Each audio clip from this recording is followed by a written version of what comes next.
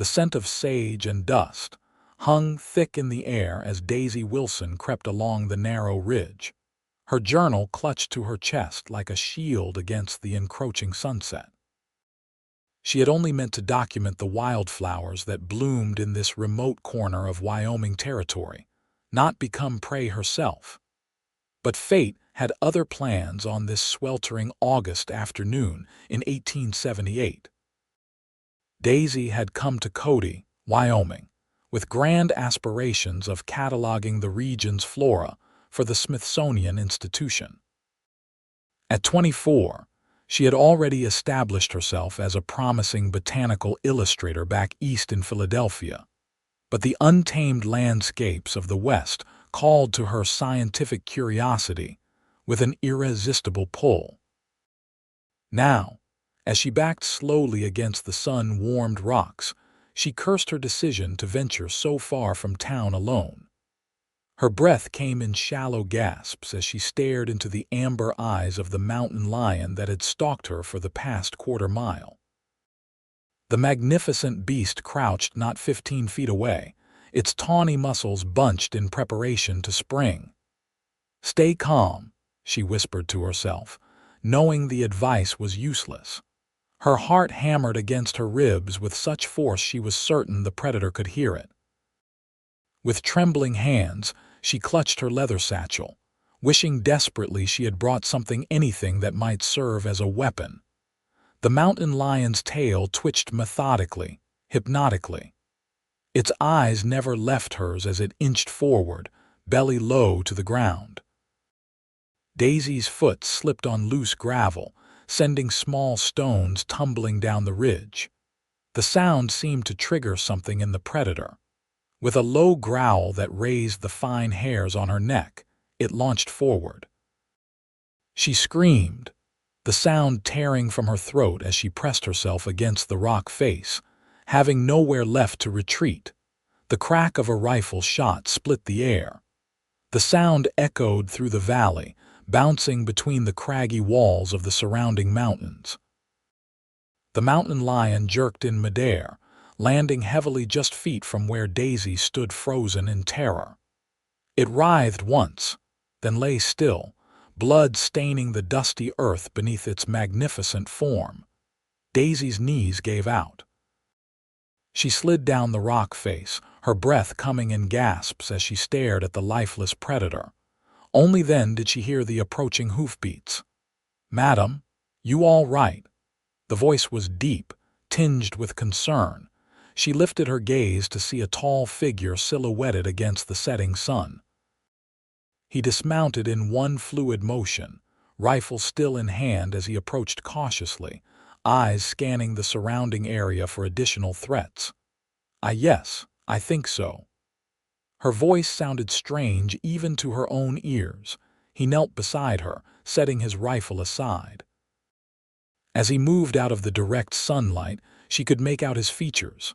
Sun-bronzed skin, a strong jawline shadowed with stubble, and eyes the clear blue of a mountain lake. His dark hat was pushed back, revealing hair the color of burnished copper. "Lucas Kendrick," he said simply, offering a calloused hand. "Most folks just call me Luke." "Daisy Wilson," she replied, taking his hand. His palm was warm against her ice-cold fingers. I work for the Smithsonian. I'm cataloging plant species." A ghost of a smile touched his lips. "Mighty dangerous work, seems like." The absurdity of the situation suddenly struck her, and a slightly hysterical laugh escaped her lips. "It's not usually, though I suppose I should have heeded the warnings about venturing out alone." She glanced at the mountain lion and her laughter died abruptly. "If you hadn't come along." "But I did," he said simply, rising to his feet and offering his hand once more. "Can you stand, Miss Wilson?" She took his hand and allowed him to pull her up. Her legs wobbled beneath her and she swayed slightly. Without comment, Luke steadied her with a hand on her elbow. "My camp's not far," he said. "You're welcome to rest there before heading back to town. You look like you could use a cup of coffee or something stronger." Daisy nodded gratefully. Coffee would be welcome, Mr. Kendrick. He retrieved his rifle and whistled for his horse, a magnificent chestnut stallion that trotted obediently to his side. With surprising gentleness for such a rugged-looking man, he helped Daisy onto the saddle before swinging up behind her. "What brings you out this way?" she asked as they descended the ridge, trying to focus on anything other than the solid warmth of his chest against her back. "Tracking," he replied. "I'm a scout for the Army stationed at Fort Cody. Been following signs of Blackfoot movement in the area." "You're quite far from the fort," Daisy observed. She felt rather than saw his shrug. "This territory doesn't give up its secrets easily. Sometimes tracking takes you farther than you expect." The sun had dipped below the horizon by the time they reached Luke's camp, a simple affair nestled in a small grove of cottonwoods near a creek. He helped her dismount and busied himself building up the fire while Daisy sank gratefully onto a bedroll he'd laid out for her. As twilight deepened into night, they shared a simple meal of beans, jerky, and strong coffee.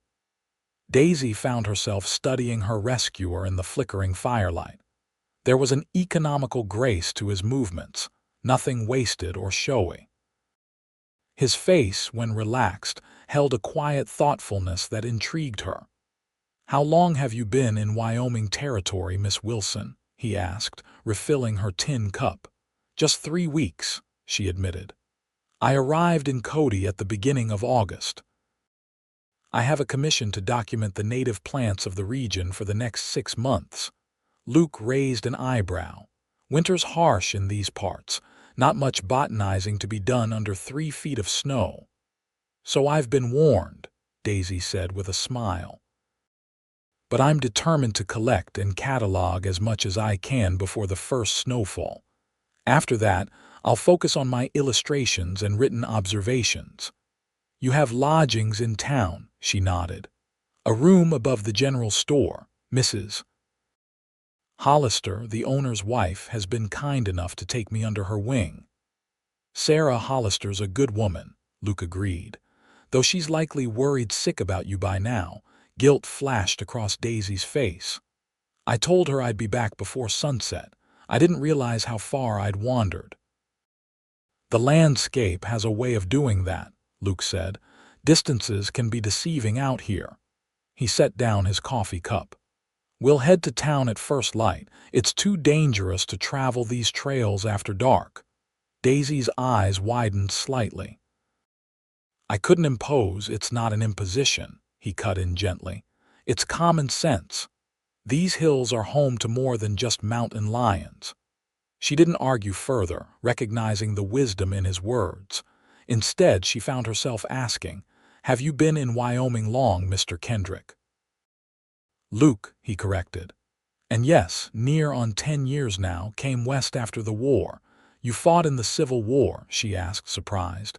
He didn't look old enough. A shadow crossed his face.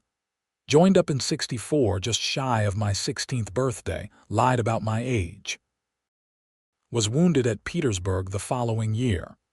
Daisy did the calculation quickly. That would make him about 30 now.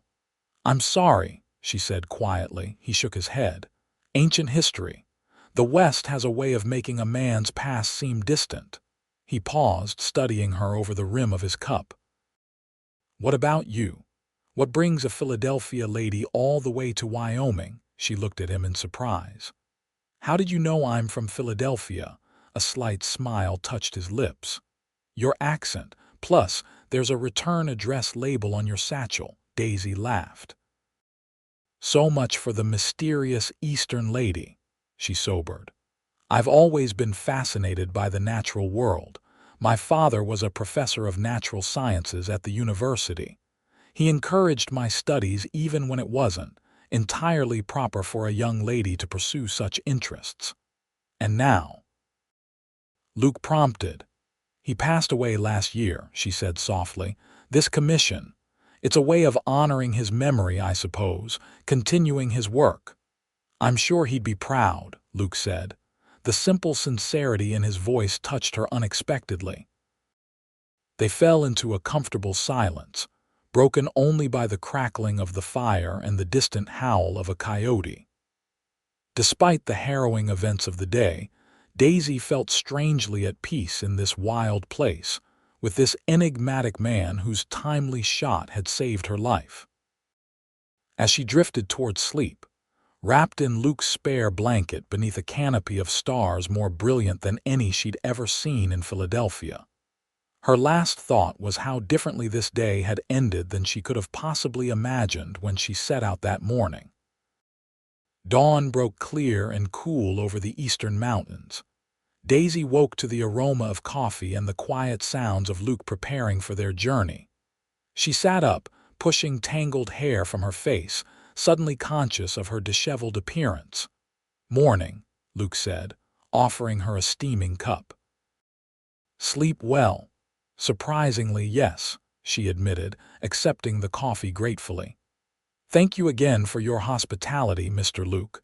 A ghost of a smile touched his lips at her correction. "We should reach town by midday if we leave within the hour." They broke camp efficiently, Luke working with the practiced ease of a man accustomed to life on the move. Daisy insisted on helping, though her city-bred hands were less adept at the tasks.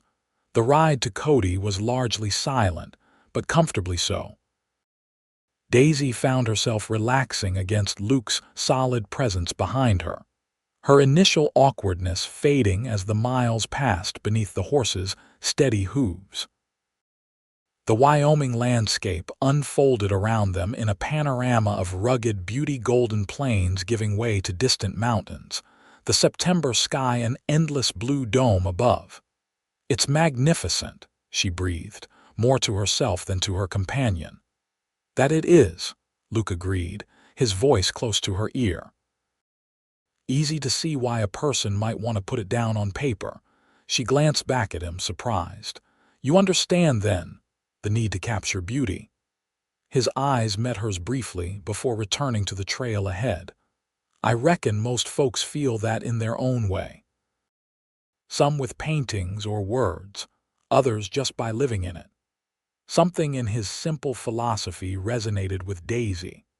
Most men of her acquaintance in Philadelphia would have dismissed her scientific pursuits as a feminine eccentricity at best, an unseemly obsession at worst. Luke's casual acceptance was refreshing. They crested a gentle rise, and Cody came into view below a collection of wooden buildings strung along a single main street, the steeple of a small church rising above the false fronts of the businesses. "Not much to look at compared to Philadelphia," Luke commented. "It has its own charm," Daisy replied honestly. As they rode into town, Daisy became acutely aware of the picture they must present, her clothing rumpled, her hair barely contained in what had once been a neat bun, seated before a man known to the townspeople. Already, she could see curious glances directed their way from the boardwalks. Luke seemed oblivious to the attention as he guided his horse directly to Hollister's general store. Before he could dismount, the door of the establishment burst open, and Sarah Hollister rushed out, her round face a mixture of relief and concern. "Daisy Wilson, we've been worried sick." Thomas was just about to organize a search party. The older woman's eyes flickered to Luke with a mixture of surprise and approval. "Mr. Kendrick, I see our wayward botanist found herself in good hands." Luke touched the brim of his hat respectfully. "Madam." Miss Wilson had a close encounter with a mountain lion up in the foothills. Seemed prudent to wait till daylight to return. Sarah's hand flew to her throat. "A mountain lion? Good heavens!" She reached up to help Daisy down from the saddle, enfolding her in a maternal embrace that smelled of baking bread and lavender. "You poor dear, come inside this instant. You must be famished." Daisy allowed herself to be led toward the store but paused to look back at Luke. "I don't know how to thank you properly," she said. He shook his head. "No thanks necessary, Miss Wilson." "At least let me offer you a meal," she persisted. "It's the very least I can do." A small smile touched his lips. "Another time, perhaps, I need to report back to the fort." He hesitated, then added, "Though I'd be interested to see some of those plant drawings of yours someday." Before Daisy could respond, he touched his hat brim again, turned his horse and rode away toward the eastern edge of town where Fort Cody stood. She watched him go, a curious sensation in her chest, part gratitude, part something she couldn't quite name. "Well now," said Sarah Hollister meaningfully at her elbow, "that's the most words I've ever heard Lucas Kendrick string together at once." Her eyes twinkled as she ushered Daisy inside. "Seems you made quite an impression." Daisy found herself blushing as she followed the older woman into the store. "He saved my life, Mrs. Hollister. Nothing more." "If you say so, dear," Sarah replied in a tone that suggested she believed otherwise. "Now, let's get you cleaned up and fed. Then you can tell me all about your adventure. Every last detail, mind you." 2 weeks passed before Daisy saw Lucas Kendrick again. She had resumed her botanical excursions, though she was careful now to stay closer to town and return well before sunset. Her encounter with the mountain lion had instilled a healthy respect for the wilderness that surrounded Cody, but it had not diminished her passion for her work. The autumn days were growing shorter, and the aspen leaves had begun to turn golden in the higher elevations. Daisy worked with increased urgency, knowing that the first snow could come as early as October in this part of Wyoming. She had filled dozens of pages in her journal with detailed sketches and observations, pressing specimens between sheets of paper to be mounted and cataloged later. It was on a crisp Tuesday afternoon that she looked up from her work at the small desk in her room above the general store to see Luke dismounting from his horse outside the window. Her heart gave an unexpected leap at the sight of him, sun-bronzed and tall in his buckskin jacket, rifle slung casually across his back. She watched as he tied his horse to the hitching post and entered the store below. Without conscious thought, she found herself tidying her hair and straightening her shirtwaist. A knock at her door minutes later brought her to her feet. "Miss Wilson," Sarah Hollister's voice called. "You have a visitor." Daisy opened the door to find Sarah's plump figure barely containing her obvious delight. Behind her stood Luke, hat in hand, looking somewhat ill at ease in the narrow hallway. "Mr. Kendrick has asked to speak with you," Sarah announced, as though delivering the most exciting news imaginable. "I told him you were in. I hope that's all right, dear." "Of course," Daisy said, trying to keep her voice casual. "Please come in, Mr. Kendrick." Luke nodded his thanks to Mrs. Hollister, who beamed at them both before reluctantly taking her leave. He stepped into Daisy's small room, his tall frame making the space seem suddenly smaller. "I hope I'm not intruding," he said, his eyes taking in the neat but paper-strewn quarters. Botanical specimens hung drying from twine strung across one corner, and her drawing materials were spread across the desk by the window. "Not at all," Daisy assured him. "I'm glad for the interruption, actually. I've been working since sunrise." She gestured to the single chair. "Please sit." "What brings you to town?" Luke remained standing, turning his hat in his hands. "Supply run for the fort," he explained, "and I—" He paused, then reached into his jacket and withdrew a carefully wrapped package. "I brought you something, a replacement of sorts." Curious, Daisy accepted the package and unwrapped it to reveal a leather-bound journal, more finely crafted than her own worn notebook. The cover was tooled with a simple but elegant design of mountain wildflowers. "Oh," she breathed, running her fingers over the smooth leather. "It's beautiful." "I noticed your journal took some damage during your encounter," Luke said, referring to the gouges and dirt that marred her original notebook.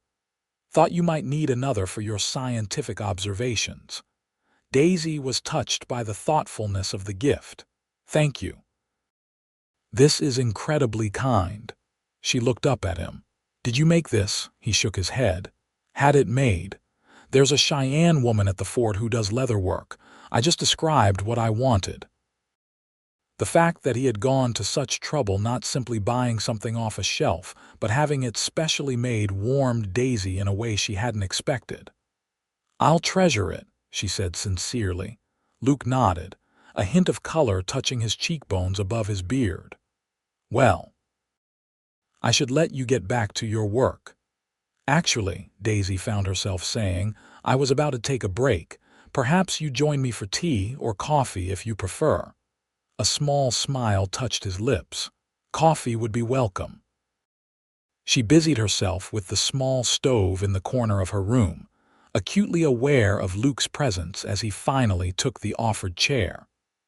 His eyes wandered over her collected specimens and drawings with genuine interest. "These are remarkable," he said, studying a detailed illustration of a prairie gentian that lay on her desk. "You have a gift."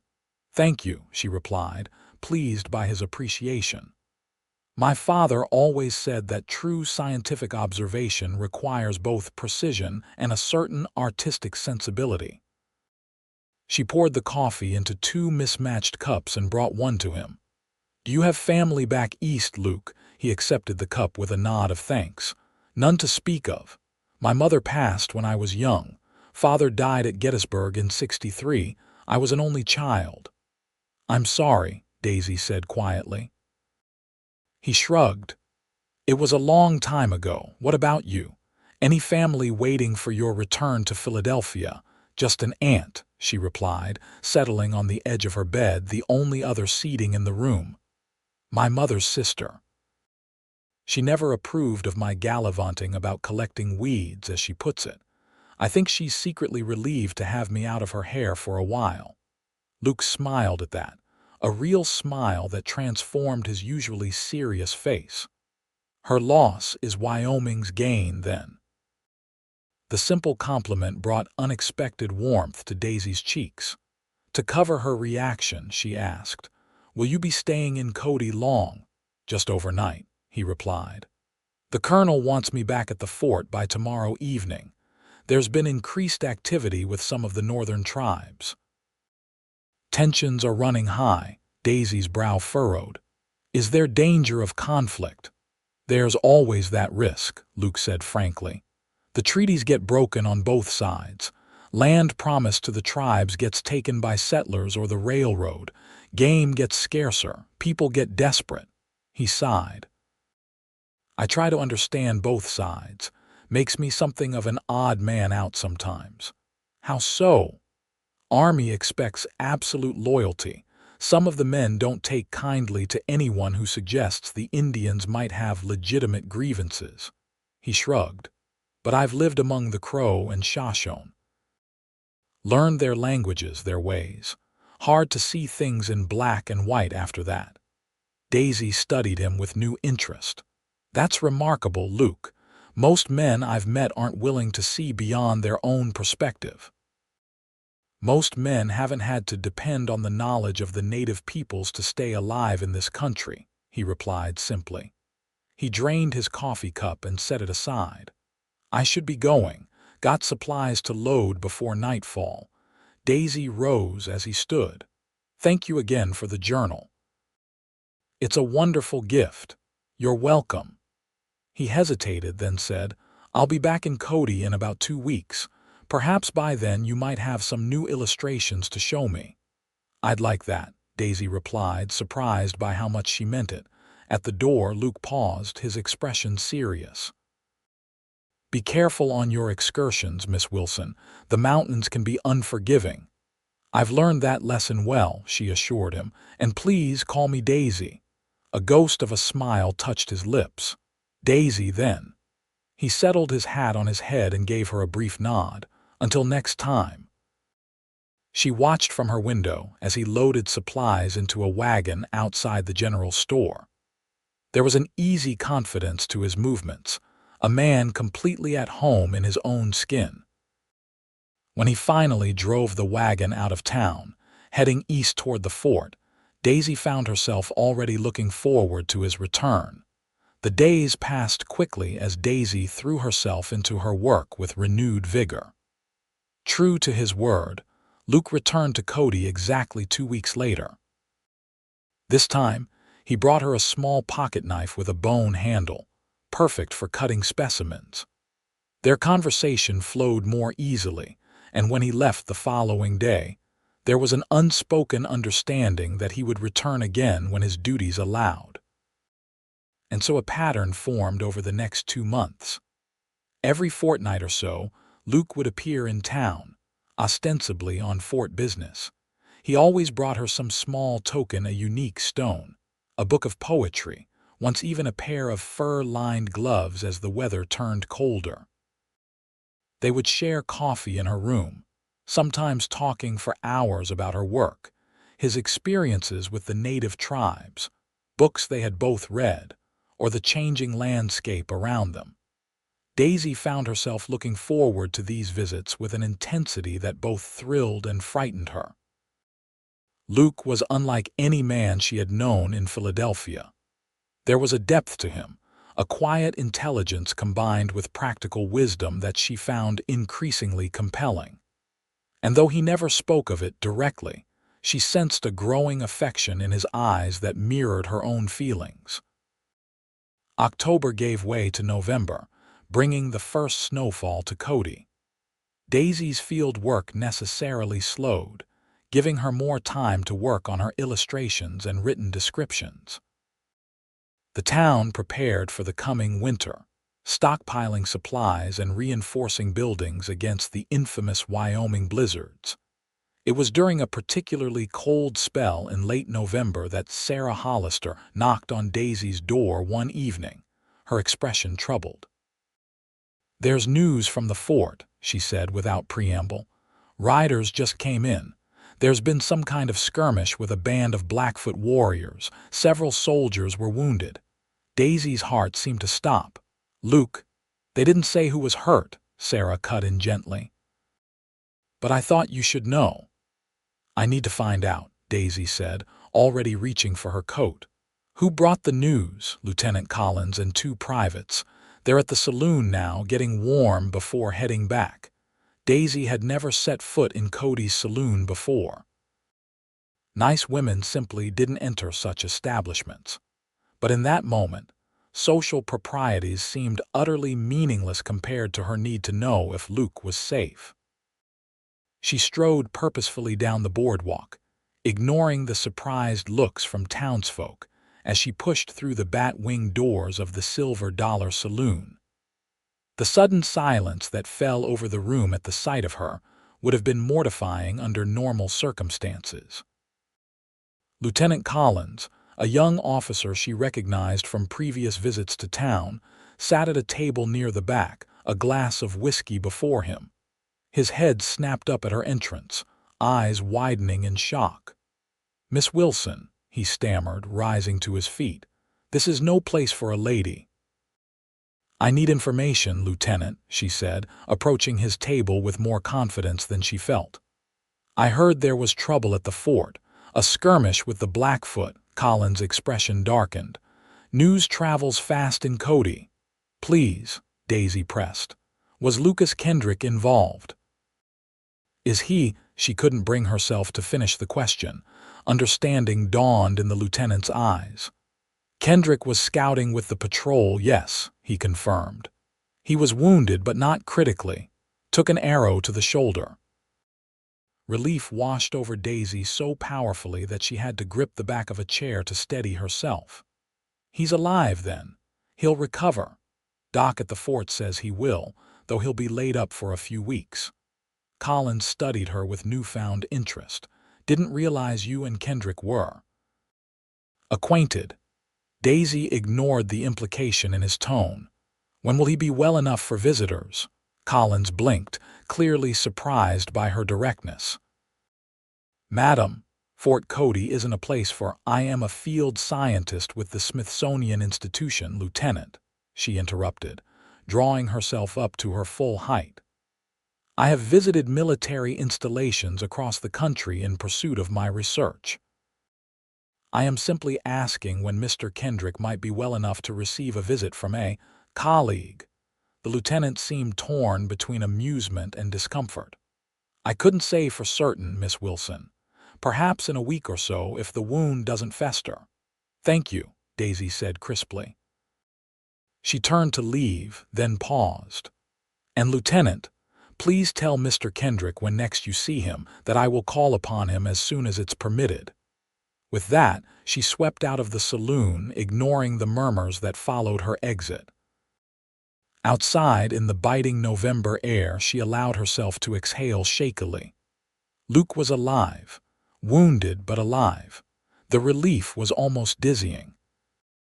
It was in that moment, standing in the snowy street with her breath forming clouds in the cold air, that Daisy Wilson was forced to acknowledge the truth she had been avoiding for weeks. She had fallen in love with Lucas Kendrick. The realization was both terrifying and exhilarating. Never had she imagined finding love in this remote corner of Wyoming, with a man so different from the scholarly gentleman she had known in Philadelphia. Yet there, it was a certainty as clear and undeniable as the stars now emerging in the darkening sky above. She stood there for a long moment, letting the knowledge settle into her heart. Then, with a new determination, she turned and headed back to the general store to make plans. If Luke couldn't come to Cody, then Daisy would simply have to go to him. It took 4 days of persistent negotiation before Daisy secured permission to visit Fort Cody. Sarah Hollister had connections through her husband, who supplied goods to the military outpost, and eventually, the fort's commander relented. A supply wagon would transport Daisy to the fort, where she would be allowed a brief visit with the wounded scout before returning to town the same day. The journey took 3 hours across snow-covered plains. Daisy sat beside the taciturn wagon driver, a grizzled veteran named Jenkins who seemed bemused by her determination to visit that half-wild Kendrick fellow. As he put it, Fort Cody was a stark collection of wooden buildings surrounded by a high palisade. As the wagon passed through the gates, Daisy observed soldiers drilling in the central yard despite the cold, their breath forming clouds in the crisp air. The American flag snapped in the wind above the commander's headquarters. A young corporal met her at the infirmary, a long, low building at the eastern edge of the fort. "Miss Wilson, the doctor says you can have 15 minutes, madam, no more. Mr. Kendrick needs his rest." Daisy nodded, suddenly nervous now that the moment had arrived. She followed the corporal through a doorway into a ward containing 6 beds, only 2 of which were occupied. Luke lay in the furthest bed, his eyes closed, his usually tanned face pale against the white pillow. "Visitor Kendrick," the corporal announced before retreating to the doorway. Luke's eyes opened slowly, then widened in disbelief. "Daisy," she moved to his bedside, fighting the urge to take his hand. "Hello, Luke. What are you doing here?" he asked, his voice hoarse. "I heard you were injured," she said simply. "I came to see for myself that you were all right." He struggled to sit up, wincing as the movement jarred his bandaged shoulder. "You shouldn't have come all this way. It's not proper," she finished with a small smile. "Perhaps not. But I've never been overly concerned with propriety when something important is at stake." A shadow of his usual smile touched his lips. "And am I something important, Daisy Wilson?" Her heart hammered in her chest. "I believe you know that you are." His eyes held hers for a long moment, something unspoken passing between them. Then he reached out with his uninjured arm and took her hand. His palm was fever-warm against her cold fingers. "I've been thinking of you," he admitted quietly. "When it happened, when the arrow hit your face, was what I saw." Daisy's throat tightened with emotion. "The lieutenant said you would recover fully." "Doc says the same," Luke confirmed. "A few weeks of healing, then back to duty." He studied her face. You look tired. Has your work been keeping you up late?" She shook her head, touched by his concern even in his own injured state. "I've been worried about you when I heard about the skirmish." His hand tightened around hers. "I'm harder to kill than that." "I should hope so," she said, attempting lightness despite the tears threatening to spill. "I've become rather accustomed to your visits. Have you now?" There was warmth in his voice, a tenderness she had glimpsed before but never so openly displayed. "Yes," she said simply. "Very much so." The corporal cleared his throat from the doorway. "5 more minutes, miss." Daisy nodded acknowledgement without taking her eyes from Luke's face. "I brought you something," she said, reaching into her satchel with her free hand. She withdrew a small leather portfolio. "Some of my latest drawings. I thought they might help pass the time while you recover." Luke accepted the portfolio, his fingers brushing hers. "Thank you, I'll treasure them." He hesitated, then added, "Daisy, when I'm well enough to travel, there's something I want to show you, a place not far from Cody. Will you come with me?" "Of course," she replied without hesitation. "Time's up, miss," the corporal announced. Daisy rose reluctantly. "I'll come again if they'll allow it." "Better that I come to you," Luke said. "As soon as I'm able." She squeezed his hand once more before releasing it. "Get well, Luke Kendrick, that's an order." A real smile broke across his face, bringing color to his pale features. "Yes, madam." As Daisy followed the corporal out into the cold December air, her heart felt lighter than it had in days. Whatever lay between her and Luke was real, growing stronger with each meeting. And when he was well again, perhaps they would finally put words to the feelings that had been building since that fateful day in the foothills when a mountain lion and a rifle shot had brought them together. The snow came in earnest as December deepened, transforming Cody into a winter wonderland. Daisy continued her work indoors, finishing illustrations and compiling her notes into what was shaping up to be a comprehensive treatise on the flora of northeastern Wyoming Territory. Yet her thoughts often strayed to Fort Cody and the man recovering there. She received one brief note delivered by a supply rider 2 weeks after her visit, healing well. "Miss our talks, soon. LK." Those few words sustained her through the holiday season, which she celebrated quietly with the Hollisters and a few other townspeople who had become friends during her stay. Sarah, who had long since guessed the direction of Daisy's heart, offered quiet support and the occasional knowing smile when Daisy would pause in her work to gaze eastward toward the fort. It was 3 days after Christmas when Daisy looked up from her desk to see a familiar figure dismounting outside the general store. Her heart leaped to her throat as she recognized Luke, moving more stiffly than usual but very much alive and mobile. She was halfway down the stairs before she remembered to grab her shawl against the cold. Sarah Hollister, arranging goods on a shelf in the store, gave her a knowing smile as Daisy rushed past. Outside, Luke was tying his horse to the hitching post, his breath visible in the frigid air. He wore a heavy wool coat, and his left arm was still held somewhat gingerly, but his face had regained its healthy color. He turned at the sound of the door opening, and the smile that spread across his features at the sight of her warmed Daisy more effectively than any fire. "You're here," she said simply, suddenly shy despite the weeks of anticipation. "I'm here," he confirmed, closing the distance between them in a few long strides. Up close, she could see new lines of pain etched around his eyes, but his gaze was clear and warm as it met hers. "Miss me?" "Terribly," she admitted, throwing propriety to the wind.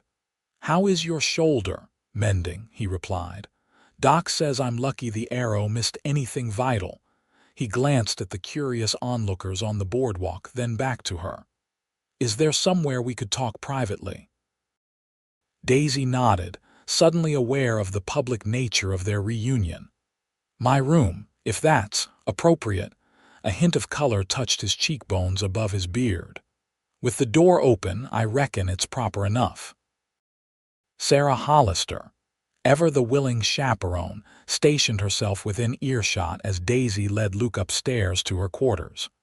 True to his word, Luke left the door ajar as he entered, though he moved immediately to the window, seemingly restless. "I've been thinking," he said without preamble, "about Philadelphia." Of all the things Daisy had imagined he might say, this was unexpected. "Philadelphia," he nodded, still looking out at the snow-covered street. "About you returning there when your commission is complete." Daisy's heart sank.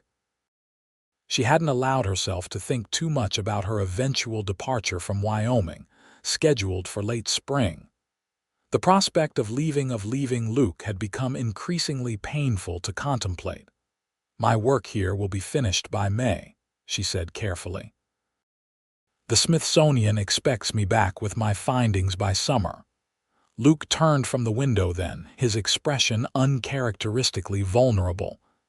"And if there were a reason to stay, would you consider it?" Daisy's breath caught in her throat. "What sort of reason?" He crossed the small room to stand before her, close enough that she could see the flecks of gray in his blue eyes. "The sort that involves a man who's never felt about anyone the way he feels about you.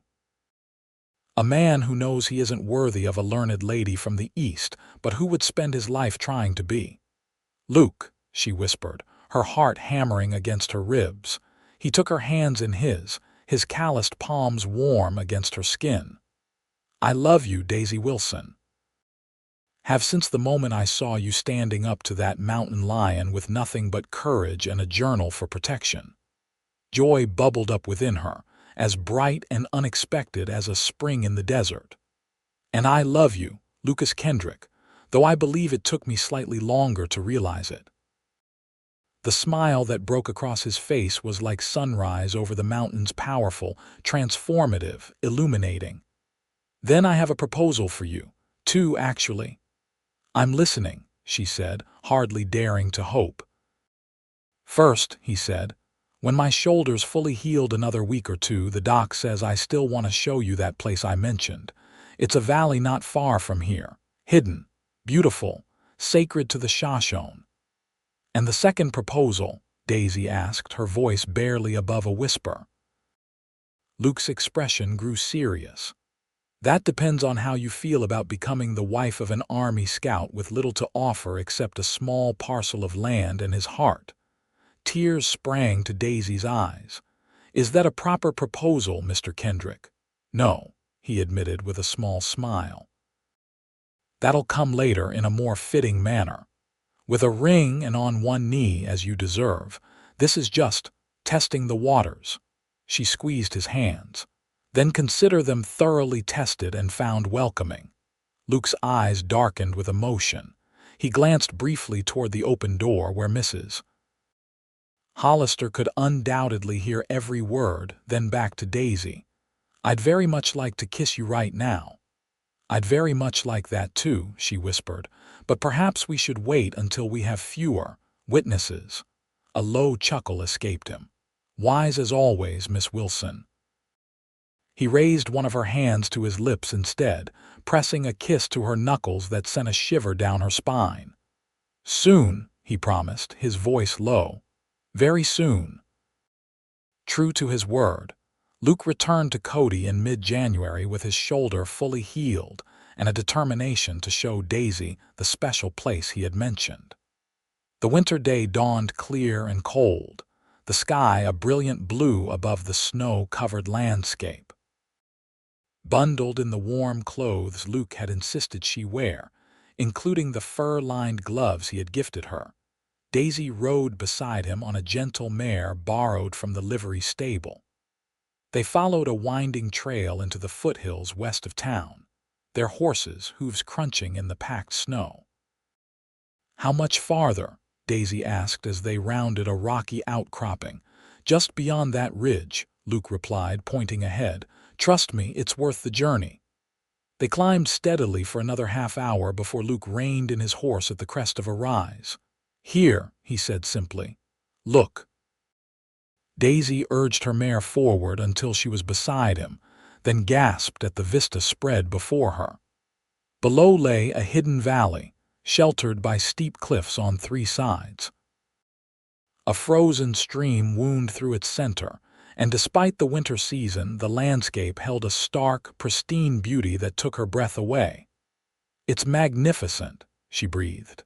"The Shoshone call it the Valley of Sleeping Flowers," Luke said quietly. "In spring, it's carpeted with wildflower species I've never seen anywhere else. I thought you might want to document them for your research." Daisy turned to him, deeply touched by his thoughtfulness. "You remembered." "I remember everything about you," he said simply. He dismounted and came to help her down from her horse. As her feet touched the ground, his hands lingered at her waist. "Daisy." She looked up at him, her heart in her eyes. "Yes." Instead of speaking, he lowered his head and pressed his lips to hers in a kiss so gentle it brought tears to her eyes. His beard was soft against her skin, and he smelled of pine and leather and something uniquely him. When he finally pulled back, his eyes were dark with emotion. "I have something for you," he said, reaching into his coat pocket. He withdrew a small wooden box, carved with the same wildflower pattern as her leather journal. With solemn grace, he knelt in the snow before her and opened the box to reveal a simple gold band set with a single small diamond. "Daisy Wilson, will you do me the great honor of becoming my wife?" Joy welled up within her, bright and boundless as the Wyoming sky above them. "Yes," she said through happy tears. "Yes, Lucas Kendrick, I will marry you."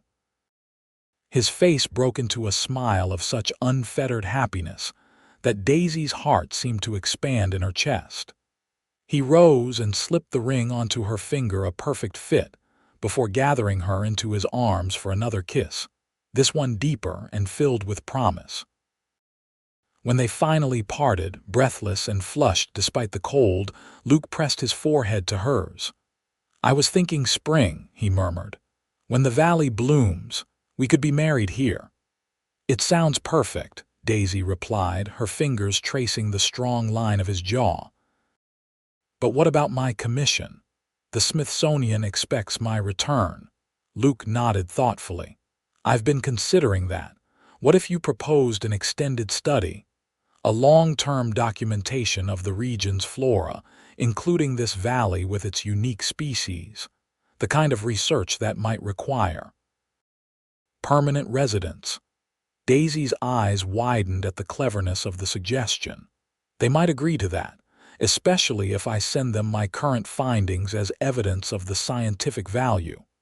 And," Luke continued, "I've been offered a position as liaison between the fort and the Shoshone tribe. Less dangerous than scouting, better pay, and it would keep me closer to home." His eyes met hers. "To you.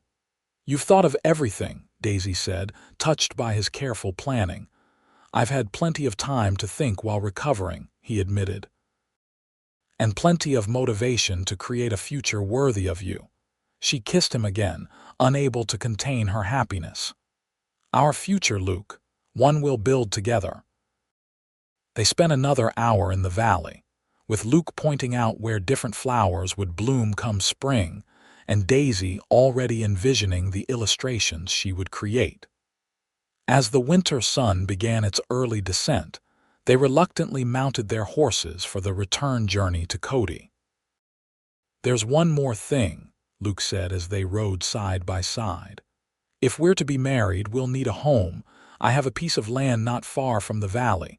It's not much yet, just a small cabin I built a few years back, but with some work." "It sounds wonderful," Daisy said sincerely. "Will you show it to me?" "Next time," he promised. "And Daisy, thank you for saying yes, for being willing to make a life here so far from everything familiar." She reached across the space between their horses to touch his arm. "You forget, Luke Kendrick, that I've fallen in love not just with you but with this land as well. This is where I want to be," she smiled. "Though I might insist on ordering a few books from Philadelphia now and then, Luke's laugh echoed across the snowy landscape. "Order as many as you like. I'll build shelves for every wall if it makes you happy." As they descended toward Cody, the setting sun painting the snow-covered plains in shades of gold and rose, Daisy felt a profound sense of rightness. Her life had veered in an utterly unexpected direction when she'd come west, but now she couldn't imagine any other path. The woman who had been cornered by a mountain lion months ago was not the same woman riding beside Lucas Kendrick today. She was stronger, braver, and more certain of her heart than she had ever been. News of their engagement spread quickly through Cody. Sarah Hollister immediately appointed herself wedding planner, while her husband Thomas offered to help Luke with improvements to his cabin. The fort commander, when informed of their plans, granted Luke a month's leave around their intended wedding date in May. Winter gradually yielded to spring. Daisy's correspondence with the Smithsonian bore fruit. They were intrigued by her discoveries, and provisionally approved an extended research appointment, contingent upon regular reports and specimens. Her aunt in Philadelphia was less enthusiastic about her decision to remain in Wyoming Territory, but Daisy's passionate letters eventually softened her opposition. As the snow melted and the first green shoots appeared on the plains, Luke took Daisy to see his property, 50 acres of rolling land with a clear creek running through it, a small but sturdy cabin nestled against a stand of pines. The cabin was rustic but well built, with a stone fireplace and windows that caught the morning light. "It needs work," Luke acknowledged as they stood in the single room that currently served as both living area and kitchen.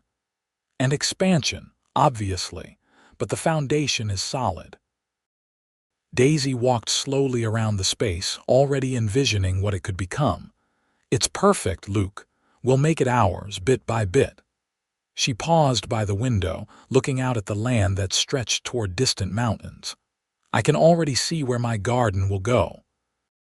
And perhaps a small greenhouse eventually for specimen cultivation." Luke came to stand behind her, his arms encircling her waist. "Whatever you want," he murmured against her hair. "This is your home too." In the weeks that followed, they worked together whenever Luke wasn't required at the fort. They expanded the cabin, adding a separate bedroom and a small workroom for Daisy's scientific pursuits. Luke built bookshelves as promised, and Daisy ordered volumes from back east to fill them scientific texts alongside poetry and novels they could read together during the long winter evenings to come. By late April, the Valley of Sleeping Flowers began to live up to its name. Daisy spent days there, meticulously documenting the explosion of blossoms that carpeted the hidden dell. She discovered several species previously unknown to science, carefully pressing specimens and creating detailed illustrations for her monograph. And on a perfect morning in mid-May 1879, with the valley in full bloom beneath a cloudless Wyoming sky, Daisy Wilson and Lucas Kendrick exchanged vows before a small gathering of friends from Cody and the fort. Sarah Hollister wept openly while the fort commander, resplendent in his dress uniform, looked on with approval. "I, Lucas, take you, Daisy, to be my lawfully wedded wife." Luke's deep voice carried clearly in the mountain air, his hands steady as they held hers. "To have and to hold from this day forward, for better, for worse, for richer, for poorer, in sickness and in health, to love and to cherish, until death do us part." Daisy's voice trembled slightly with emotion as she repeated her own vows, but her eyes never left his. When the circuit preacher pronounced them husband and wife, Luke's kiss was tender and reverent, a promise of all the years to come. The celebration afterward was held at their newly expanded cabin, which the townspeople had helped decorate with wildflowers and ribbons. There was music from a fiddler brought in from a neighboring settlement, plenty of food prepared by the women of Cody, and dancing that continued well into the evening. As twilight painted the Wyoming sky in shades of lavender and gold, Luke led Daisy away from the festivities to a quiet spot overlooking their land. "Happy, Mrs. Kendrick?" he asked softly, his arm around her waist. "Completely," she replied, leaning into his embrace. "Though I may still use Wilson for my scientific publications," he chuckled, the sound vibrating against her. "As you should. Your work is important." She turned in his arms to face him, struck once again by how fortunate she was to have found this man who respected her mind as much as he cherished her heart. "I love you, Lucas Kendrick." "And I love you, Daisy Kendrick Wilson," he replied with a smile, bending to kiss her as the first stars appeared in the darkening sky.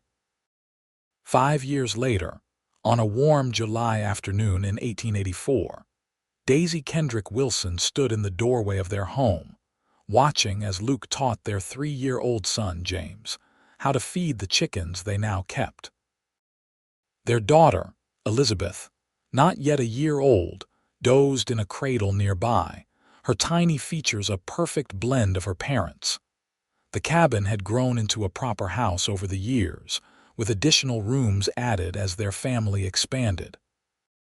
Daisy's greenhouse stood nearby, filled with specimens both local and exotic, sent by her colleagues at the Smithsonian in exchange for her regular shipments of Wyoming flora. Her monograph on the plants of the Northern Territories had been published to acclaim in scientific circles, and she was now working on a comprehensive guide to medicinal plants used by the indigenous peoples of the region, with the full cooperation of Luke's Shoshone contacts. Luke himself had risen to become the primary liaison between the Army and the native tribes of the area, respected by both sides for his fairness and deep understanding of different cultures. His work had helped prevent conflicts on several occasions, saving lives on both sides of the cultural divide. As she watched her husband lift their laughing son onto his shoulders, Daisy's mind drifted back to that fateful day when a mountain lion had cornered her on a rocky ridge, and a rifle shot had echoed through the valley. How differently her life might have turned out had Luke not appeared at that precise moment. "Mama, look," James called, waving enthusiastically from his perch on his father's shoulders. "Papa says I'm tall as a pine tree." "Indeed you are," she called back with a smile. "A very handsome pine tree." Luke caught her eye over their son's head, his expression softening in that special way he reserved only for her. After 5 years of marriage, the look still made her heart beat faster. Later that evening, after the children were asleep, Luke and Daisy sat together on the porch, watching the sunset paint the Wyoming sky in brilliant hues of orange and pink.